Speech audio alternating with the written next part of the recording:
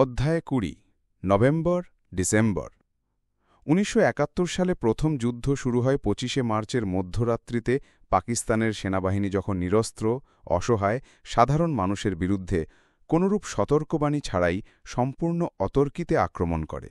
যুদ্ধই, কেননা আক্রমণ চলে ট্যাঙ্ক, কামান, মর্টার, মেশিনগান, রাইফেল আরও নানা মারাত্মক অস্ত্রশস্ত্রের সাহায্যে। আক্রমণ চলতে থাকে সমগ্র স্থলভূমিতে, বিমান থেকে, জলযান থেকে। যুদ্ধই, কেননা কেউই সে আক্রমণের হাত থেকে রেহাই পায়নি। ছাত্রাবাসের ছাত্র, বস্তিবাসী শ্রমিক, পল্লীবাসী কৃষক, শিক্ষক, মধ্যবিত্ত, বেকার যুবক, নারী, শিশু অথবা বৃদ্ধ। কখনো কারফিউয়ের মাঝে পেট্রোলে আগুন লাগানো বস্তি বসত থেকে ভীত সন্ত্রস্ত পলায়নপর মানুষের ওপর মেশিনগানের আক্রমণ চালানো হয়েছে। কখনো হাঁটু জলে দাঁড় করিয়ে দড়িতে বাঁধা মানুষের সারি গুলি করে নদীর স্রোতে ভাসিয়ে দেওয়া হয়েছে, মৃতের সাথে মুমূর্মুকে অচ্ছেদ্য বন্ধনে আবদ্ধ রেখে। তন্ন তন্ন করে খুঁজে বের করা হয়েছে এদেশের কৃতী পুরুষদের। বন্দি শিবিরে অমানুষিক নির্যাতনের পর তাদের ক্ষতবিক্ষত নিষ্পন্দ দেহ গোপনে মাটি চাপা দেওয়া হয়েছে। নিছুক সন্দেহের বশবর্তী হয়ে অসংখ্য মানুষকে শান্তি কমিটির ঠিকাদারদের হাতে তুলে দেওয়া হয়েছে তাদের প্রাণ সংহারের উদ্দেশ্যে। পথ থেকে উঠিয়ে নিয়ে যাওয়া যুবকদের সমস্ত রক্ত আর্মি ব্লাড ব্যাঙ্কে সংগ্রহ করে নেবার পর তাদের প্রাণহীন দেহ ফেলে দেওয়া হয়েছে খানাখন্দকে। বসতবাটি থেকে ধরে নিয়ে যাওয়া অসংখ্য নিষ্পাপ কিশোরী, স্নেহশীলা তরুণী মাতা, গৃহবধূদের পাশবিক ভোগের উপকরণ হিসেবে ব্যবহার করা হয়েছে মাসের পর মাস। প্রাণের ভয়ে প্রায় ১ কোটির মতো লোক দেশ ছাড়া হয়েছে। যারা দেশান্তরিত হতে পারেনি তারা ভয়ার্ত উদ্বেগে শহর থেকে গ্রামে, গ্রাম থেকে শহরে, এক গ্রাম থেকে অন্য গ্রামে ছুটে বেরিয়েছে। বিনিদ্র আর উৎকণ্ঠার নারকীয় যন্ত্রণার মাঝে দেশবাসীর মনে কোনো শান্তি ছিল না, প্রাণের নিরাপত্তা ছিল না, সম্ভ্রম তো নাই। যদিও অঘোষিত, এত কিছুর পর একে যুদ্ধ ছাড়া আর কি নামে অভিহিত করা যায়? প্রত্যেক যুদ্ধের যেমন পরিকল্পনা থাকে, প্রস্তুতির প্রয়োজন হয়, তেমনি ২৫শে মার্চের পাকিস্তানের এই অঘোষিত যুদ্ধেরও পরিকল্পনা ছিল, প্রস্তুতি ছিল। এই প্রস্তুতি পর্ব শুরু হয় ফেব্রুয়ারিরও আগে থেকে, যখন আকাশপথে সৈন্য আনার কাজ শুরু হয়। এই প্রস্তুতির কথা আর যাদেরই অগোচরে থাকুক, মার্কিন সরকারের ছিল না। কিসিঞ্জার ১৬ই ফেব্রুয়ারিতে মার্কিন প্রশাসনের এক আন্তঃসংস্থা সমীক্ষা প্রণয়নের ব্যবস্থা করেন, ফাঁচে পূর্ব পাকিস্তান আলাদা হওয়ার চেষ্টা করে।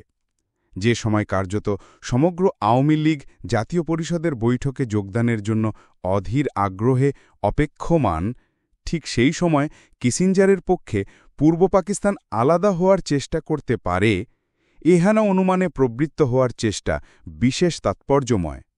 যে কোনো সামরিক অভিযান পরিকল্পনার জন্য সত্যিকারের বিপদ যদি নাও থাকে, তবে কল্পিত বিপদ একটি দরকারি। পাকিস্তানি জান্তা পূর্ব বাংলায় সামরিক আক্রমণ চালানোর জন্য যে কল্পিত বিপদের আশ্রয় নেয়, কিসিঞ্জারের পক্ষে সেই কল্পনাকে সত্যের মর্যাদায় উন্নীত করার এই অশোভন ব্যগ্রতার পিছনে একটাই মূল কারণ থাকতে পারত। মার্কিন প্রশাসন কেবল পাকিস্তানের সামরিক প্রস্তুতির খবরই রাখতেন না, অধিকন্তু এই আসন্ন অভিযানের পক্ষে তাদের অন্তত পরোক্ষ সমর্থন ছিল। এই কারণেই ৬ই মার্চে, অর্থাৎ পাকিস্তানের গণহত্যা কার্যক্রম শুরু হওয়ার ১৯ দিন আগে, হোয়াইট হাউসে সিনিয়র রিভিউ গ্রুপ SRG এর বৈঠকে স্টেট ডিপার্টমেন্টের আন্ডার সেক্রেটারি অ্যালেক্সি জনসন যখন সকল কার্যকরণ বিশ্লেষণ করে পূর্ব পাকিস্তানের শক্তি প্রয়োগ থেকে ইয়াহিয়াকে নিরুৎসাহিত করার পক্ষে অভিমত ব্যক্ত করেন, তখন কিসিঞ্জার ইয়াহিয়াকে সমর্থন করার পক্ষে প্রেসিডেন্ট নিক্সনের অভিপ্রায়ের কথা প্রকাশ করেন। ফলে SRG এই সিদ্ধান্ত নেয় যে পাকিস্তানি জান্তার আসন্ন আক্রমণ সম্পর্কে প্রকাণ্ড নিষ্ক্রিয়তার নীতি অনুসরণই যুক্তরাষ্ট্রের জন্য সর্বোত্তম পন্থা। মার্কিন প্রশাসনের অন্তত পরোক্ষ অনুমোদন ছাড়া পাকিস্তানির জান্তার পক্ষে এত বিরাট ঝুঁকিপূর্ণ অভিযান শুরু করা আদৌ সম্ভব হতো কিনা তা অত্যন্ত সন্দেহজনক। অন্যান্য কারণ ছাড়াও সম্ভবত এই নৈতিক দায়িত্ববোধের কারণে পাকিস্তানের অমানসিক বর্বরতার বিরুদ্ধে নিক্সন বা কিসিঞ্জারের পক্ষে পরবর্তী ৯ মাসে কোনরূপ নিন্দা, প্রতিবাদ বা সমালোচনা একবারও উচ্চারিত হয়নি। সামরিক জান্তার ৭২ ঘণ্টার পরিকল্পিত সার্জারি, যখন মানব ইতিহাসের অন্যতম বৃহত্তম গণহত্যা ও শরণার্থী স্রোত শুরু করে এবং আক্রান্ত তাড়িত পলায়নপর মানুষের মনে প্রতিরোধ ও সংগ্রামের সুপ্ত শক্তিকে জাগ্রত করে, তখন থেকে মার্কিন প্রশাসনের তথাকথিত প্রকাণ্ড নিষ্ক্রিয়তার নীতি ধাপে ধাপে কিভাবে পাকিস্তানের সাহায্যার্থে সক্রিয় ও সহযোগিতাপূর্ণ হয়ে ওঠে তা ইতিপূর্বে আলোচিত। এই সহযোগিতার চরম প্রকাশ ঘটে 22শে নভেম্বর থেকে 16ই ডিসেম্বরের মধ্যে। 23শে নভেম্বর ইয়াহিয়া খান চীনা মন্ত্রীর উপস্থিতিতে 10 দিন বাদে স্বয়ং যুদ্ধে অবতীর্ণ হওয়ার সময়সূচি ঘোষণা করেছিলেন। ইয়াহিয়ার ঘোষণার 10ম দিনের সূর্যাস্তের কিছু আগে পাকিস্তানি জঙ্গি বিমান প্রধানত ভারতের জম্মু ও কাশ্মীরের আশেপাশে একযোগে 7টি বিমানক্ষেত্র আক্রমণ করে এবং রাত্রিতে ভারতের পশ্চিমাঞ্চলে স্থল অভিযান শুরু করে। তার পরদিন পশ্চিম ও পূর্বরঙ্গনে সর্বাত্মক ভারতীয় প্রত্যাঘাতের মধ্য দিয়েই পূর্ণাঙ্গ যুদ্ধের শুরু হয়। ফলে বাংলাদেশের মানুষ 25শে মার্চকেই পাকিস্তানের যুদ্ধারম্ভের দিন বলে গণ্য করলেও বিশ্বের চোখে 3রা ডিসেম্বরই পাক-ভারত যুদ্ধ আরম্ভের দিন।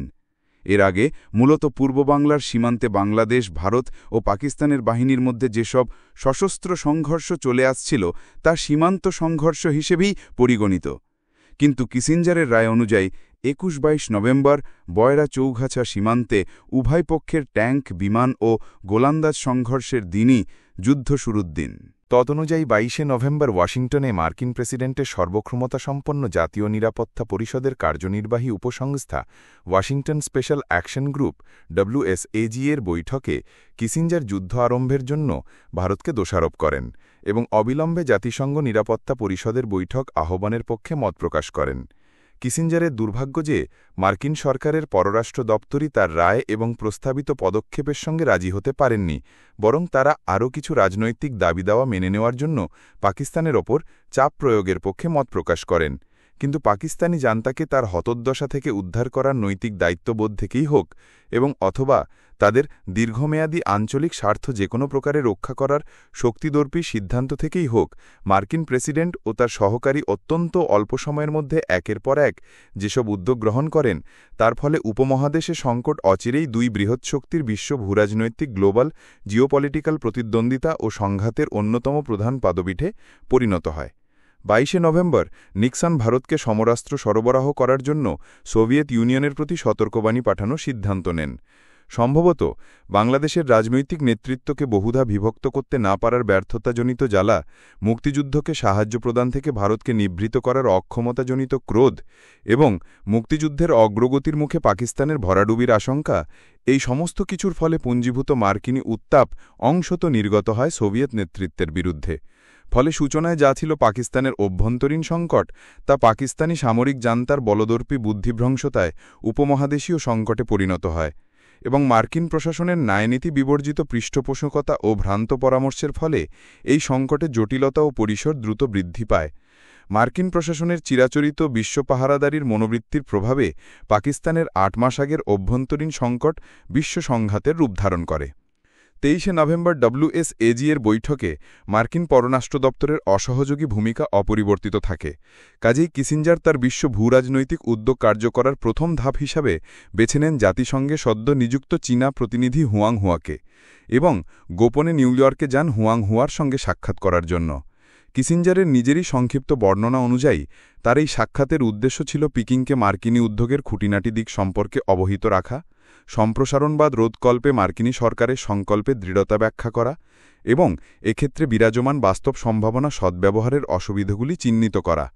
তিনি হুয়াং হুয়াকে উপমহাদেশে বিরাজমান সামরিক পরিস্থিতির বর্ণনা দেন এবং মার্কিন সরকার পাকিস্তানের পক্ষে নিরাপত্তা পরিষদে যে প্রস্তাব উত্থাপন করতে চান তার খসড়া দেখান।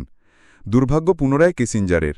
হুয়াং হুয়া তাকে জানান, চীন নিরাপত্তা পরিষদে পাকিস্তানকে সমর্থন করবে বটে, তবে বিষয়টি কবে নিরাপত্তা পরিষদে নিয়ে যাওয়া হবে সে ব্যাপারে চীন বরং পাকিস্তানের পরামর্শ অনুসরণ করবে।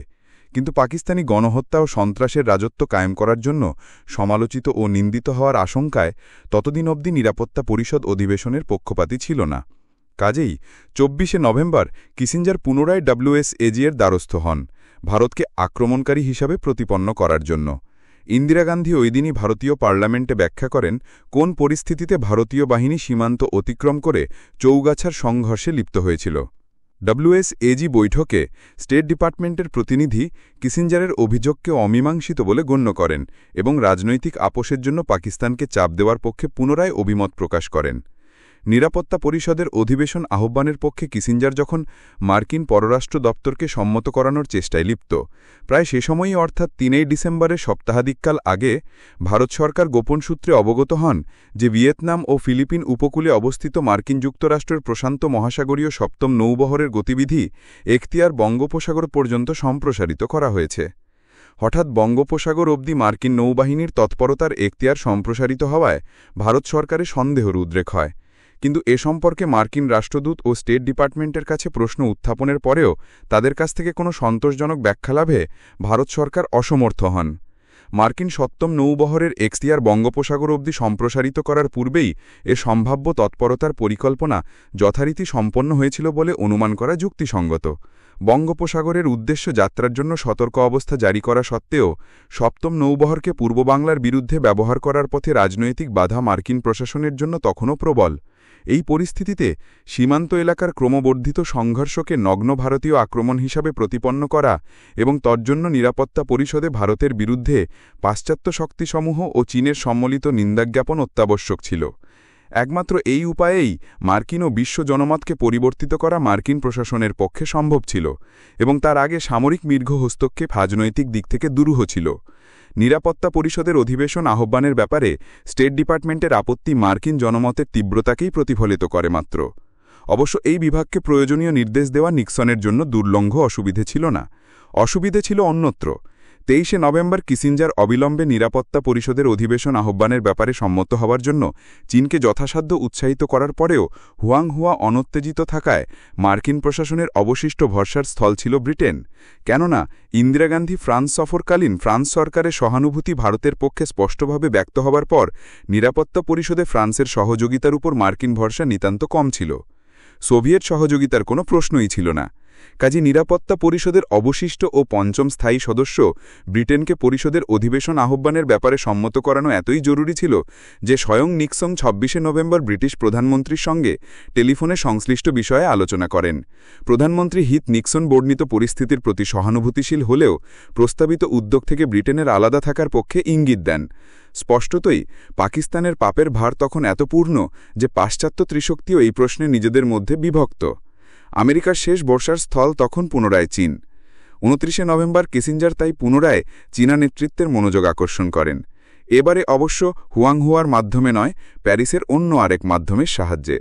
এবারের অনুরোধের বিষয়বস্তু ও ফলাফল কিসিঞ্জার গোপন রাখেন।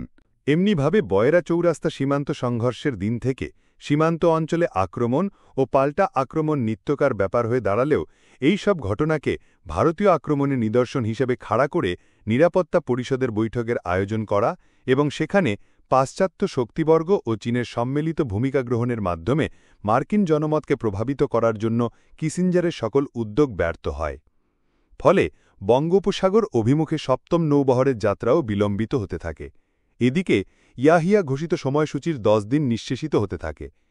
পূর্বাঞ্চলে ভারত বাংলাদেশ মিলিত বাহিনীর সীমান্তচাপ তীব্র থেকে তীব্রতর হয়ে উঠতে থাকে। দেশের ভিতরে নিয়াজির তথাকথিত মজবুত ঘাঁটি মুক্তিযোদ্ধাদের দ্বারা ক্রমশই পরিবৃত হয়ে পড়তে থাকে। দীর্ঘ 8 মাসের একটানা অভিযানে বিশেষত মুক্তিবাহিনীর আঘাতে আঘাতে পরিশ্রান্ত পাকিস্তানি সেনাদের মনোবল দ্রুত ভাঙনের দিকে এগুতে থাকে এবং শীত এগিয়ে আসার ফলে উত্তরের গিরিপথগুলি বন্ধ হয়ে পড়ার আশঙ্কা বাড়তে থাকে। অথচ তখনও সামরিক হস্তক্ষেপের ব্যাপারে পাকিস্তানের দুই মিত্রই অনড় অচল। সপ্তম নৌবহরের নোঙর তোলার কোনো লক্ষণ নেই। এই হতাশাব্যঞ্জক পরিস্থিতির মাঝে পাকিস্তান সম্মিলিত মুক্তিবাহিনী ও ভারতীয় বাহিনীর হাতে ধীরে ধীরে নিশ্চিত পরাজয় বরণের পরিবর্তে তার নিজের মিত্রদয়কে সক্রিয় করে তোলার জন্য 3রা ডিসেম্বরে ভারতের পশ্চিম সীমান্তবর্তী বিমানবন্দরসমূহে একমাত্র আগ্রায় অপেক্ষাকৃত দূরবর্তী শহর ছিল বিমান আক্রমণ চালায় এবং সেই রাত্রিতেই পূর্ব পাঞ্জাব এবং জম্মু ও কাশ্মীরের বিরুদ্ধে স্থল অভিযান শুরু করে। এই আক্রমণ শুরু করার আগের দিন পাকিস্তান পূর্বোল্লিখিত পাক-মার্কিন দ্বিপক্ষীয় চুক্তির প্রথম ধারা অনুযায়ী আক্রান্ত দেশ হিসাবে যুক্তরাষ্ট্রের প্রত্যক্ষ সামরিক হস্তক্ষেপ দাবি করে। প্রায় 1 মাস আগে প্রাক্তন রাষ্ট্রদূত বেঞ্জামিন ওয়েলার্ড 1959 সালের দ্বিপক্ষীয় চুক্তির অধীনে যুক্তরাষ্ট্রের এই বিশেষ দায়িত্বের কথা সর্বপ্রথম উদ্ঘাটিত করার পর মার্কিন স্টেট ডিপার্টমেন্টের পক্ষে এই বিশেষ উদ্ঘাটনের কারণ সম্ভবত ভালোভাবেই জানা ছিল। কাজেই তখন থেকে স্টেট ডিপার্টমেন্ট একাধিক প্রকাশ্য বিবৃতিতে যুক্তরাষ্ট্রের এহেন দায়িত্বের কথা অস্বীকার করে। মার্কিন পররাষ্ট্র দপ্তরের অস্বীকারী ও প্রতিবাদ সত্ত্বেও কার ভরসায় পাকিস্তান ২রা ডিসেম্বরে এই চুক্তির প্রয়োগ দাবি করে পরদিনই ভারতের বিরুদ্ধে যুদ্ধের সম্প্রসারণে প্রবৃত্ত হয়েছিল তা স্পষ্ট হয়ে ওঠে ৩রা ডিসেম্বর WSAGর বৈঠকে কিসিঞ্জারের বক্তব্য থেকে। পাকিস্তান পশ্চিম ভারতে বিমান আক্রমণ শুরু করার মাত্র ৬ ঘণ্টার মধ্যে, অর্থাৎ এই আক্রমণ সম্পর্কে ইন্দিরা গান্ধীর বেতার বক্তৃতারও আগে, এই বিষয়ে আলোচনার জন্য হোয়াইট হাউসের WSAGর বৈঠক শুরু হয়। এই বৈঠকে যথাশীঘ্র নিরাপত্তা পরিষদের অধিবেশন আহ্বানের সিদ্ধান্ত ছাড়াও ১৯৫৯ সালের পাক-মার্কিন দ্বিপক্ষীয় চুক্তির অধীনে পাকিস্তানের জন্য যুক্তরাষ্ট্রের দায়িত্ব অন্বেষণের ব্যাপারে যোগদানকারী সদস্যদের মধ্যে একমাত্র কিসিঞ্জারই ব্যগ্রতা প্রকাশ করেন। তখন থেকে পরবর্তী ১ সপ্তাহ পর্যন্ত মার্কিন প্রশাসনের প্রচেষ্টা ছিল ১. নিরাপত্তা পরিষদে সোভিয়েত ভেটোর আশঙ্কা সত্ত্বেও উপমহাদেশে যুদ্ধবিরতি ও সৈন্য প্রত্যাহারের পক্ষে বিশ্ব জনমতকে প্রভাবিত করার জন্য জাতিসংঘকে যতদূর সম্ভব ব্যবহার করা, এবং ২. ১৯৫৯ সালের দ্বিপক্ষীয় চুক্তির নবউদ্ভাদিত ব্যাখ্যার অধীনে মার্কিন সামরিক হস্তক্ষেপ কার্যকর করার জন্য বাংলাদেশের উপকূলভাগের উদ্দেশ্যে ৭ম নৌবহরের যাত্রা শুরু করা। একমাত্র প্রথম লক্ষ্য অর্জনের পরেই দ্বিতীয় ও মূল পদক্ষেপ গ্রহণ করা মার্কিন প্রশাসনের পক্ষে রাজনৈতিকভাবে সম্ভব ছিল। এরপরেও ৭ম নৌবহরের কার্যকর প্রয়োগ নির্ভরশীল ছিল ২টি সামরিক শর্তের ওপর, যার মধ্যে প্রথমটি ছিল অপরিহার্য। ১. পূর্ণাঙ্গ যুদ্ধ শুরু হওয়ার পর অন্তত ঢাকা ও উপকূলভাগে নিজ শক্তিতে পাকিস্তানি বাহিনীর কমপক্ষে ৩ সপ্তাহকাল লড়াই করার ক্ষমতা, এবং ২. উত্তর সীমান্তের সীমিত আকারে হলেও চীনের যুগপৎ তৎপরতা। মুড়িয়াহই হোক এবং অথবা মার্কিন হস্তক্ষেপ ত্বরান্বিত করার চিন্তাভাবনা থেকেই হোক, পূর্ণাঙ্গ যুদ্ধ প্রবৃত্ত হওয়ার আগে পাকিস্তানও তার নিজস্ব সামরিক সামর্থ্য সম্পর্কে তথা তার একক শক্তিতে অন্তত কিছু সময়ের প্রতিপক্ষকে প্রতিরোধ করে রাখার মতো ক্ষমতা সম্পর্কে নিশ্চয়ই কিছু হিসাব নিকেশ করে দেখেছিল। পাকিস্তানের সৈন্য সমাবেশ দৃষ্টে মনে হয় পশ্চিমাঞ্চল ভারতীয় জম্মু ও কাশ্মীরের একাংশ দখল করে নেওয়াই তাদের রণপরিকল্পনার প্রধান লক্ষ্য ছিল। পূর্বাঞ্চলে কোনো ভূখণ্ড যদি হারাতে হয় তবে তা পুনরুদ্ধারের কাজে লাগানো সম্ভব বলেই মনে করেই। দ্বিতীয়ত, পূর্বাঞ্চলে সীমান্তের বিভিন্ন অংশে ভারতে ৭ ডিভিশন সৈন্য সমবেত হওয়ার খবর থাকা সত্ত্বেও পাকিস্তানের সামরিক নেতৃত্বের সম্ভবত এই আত্মবিশ্বাস ছিল যে নদীনালা পরিকীর্ণ ভূভাগ অতিক্রম করে দ্রুত অগ্রসর হওয়ার মতো পরিবহন ও ইঞ্জিনিয়ারিং উপকরণে ভারতের সীমাবদ্ধতা হেতু এবং তার বিরুদ্ধে সীমান্তের এপারে সুরক্ষিত দুর্গ ও বাংকার থেকে ভারতীয় সৈন্যের তুলনায় বহুগুণে শৌর্যের অধিকারী পাকিস্তানি জওয়ানদের মূলত প্রতিরক্ষামূলক যুদ্ধ চালিয়ে যাওয়ার সুবিধা হেতু ভারতীয় বাহিনীর অভিযান বেশি গভীরে এগুনো সম্ভব নয়। বড়জোর কিছু এলাকা তারা দখল করে নিতে পারে। কিন্তু ৪ঠা ডিসেম্বর পূর্বাঞ্চলে ভারতীয় ও বাংলাদেশ বাহিনীর মিলিত প্রত্যাঘাত শুরু হওয়ার সঙ্গে সঙ্গে অধিকৃত এলাকার সর্বত্র একযোগে মুক্তিযোদ্ধা ও নির্যাতিত সাধারণ মানুষ পাকিস্তানের অবস্থানের বিরুদ্ধে সম্মুখিত হয়। এর ফলে মুক্তি অভিযান যে অসামান্য গতিবেগ অর্জন করে তা পাকিস্তানের আশঙ্কা এবং ভারতের প্রত্যাশাকে ছাড়িয়ে যায়। প্রচলিত যুদ্ধরীতি অভ্যস্ত পাকিস্তান যে সমস্ত যুক্তি থেকে পূর্ব পাকিস্তানের স্বল্প কিছু ভূখণ্ডের বেশি হারাবার কথা কল্পনা করতে পারেনি, সেই একই প্রচলিত যুদ্ধরীতির দৃষ্টিকোণ থেকে ভারতের সমর পরিকল্পনা বিদগণের পক্ষেও ঢাকাকে মুক্ত করার নিশ্চিত সামরিক লক্ষ্য হিসাবে গণ্য করে ওটা সম্ভব হয়নি। বৈপ্লবিক রাজনৈতিক উপাদান ও জনগণের সর্বাত্মক অংশগ্রহণের ফলে মুক্তিযুদ্ধ যে অকল্পনীয় গতিময়তা ও শক্তি অর্জন করতে পারে তা সম্ভবত পাকিস্তান বা ভারতের কোনো দেশেরই স্টাফ কলেজের পাঠ্যবিষয় অন্তর্ভুক্ত ছিল না।